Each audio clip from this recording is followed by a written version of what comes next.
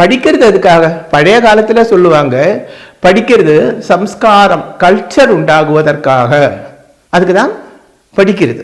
ஆனா இந்த காலத்துல அப்படி அல்லே. நீ எதுக்கு படிக்கிறே என்று கேட்டா என்ன சொல்லுவாங்க? எனக்கு உத்தியோகம் கிடைக்கணும், நல்லா சம்பாதிக்கணும், அதுக்குதான். அப்போ அந்த உத்தியோகம் கிடைக்க வேண்டுமானால், நல்லா சம்பாதிக்க வேண்டுமானால், அதற்கு தகுந்தபடி ஜாதகத்துல 2ஆம் இடத்தையும் 10ஆம் இடத்தையும் பார்க்க வேண்டும். 2ஆம் இடம் என்றால் வித்யாஸ்தானம், 10ஆம் இடம் தொழில் ஸ்தானம். அந்த 2ஆம் இடத்தை, அதாவது வித்யை இருந்தால் தான் அதுக்கு தகுந்தபடி உள்ள உத்தியோகம் கிடைக்கும் இல்லையா? இனி உத்தியோகம் கிடைக்கணும் அப்படி இருந்திருந்தால் கண்டிப்பா இந்த வித்யை இருக்கணும். ஒருவன் டாக்டர் ஆகணும்னா கண்டிப்பா அவனுக்கு MBBS காரனாக இருக்கணும் இல்லையா? ஒருவன் அட்வொகேட் ஆகணும்னா LLB காரனாக இருக்க வேண்டும், இல்லாம அட்வொகேட் ஆக முடியாது. அப்போ அந்த வித்யா, தொழில், இந்த 2 பாகங்கள், 2ஆம் பாவமும் 10ஆம் பாவமும். 2ஆம் பாவம் வித்யாஸ்தானம்,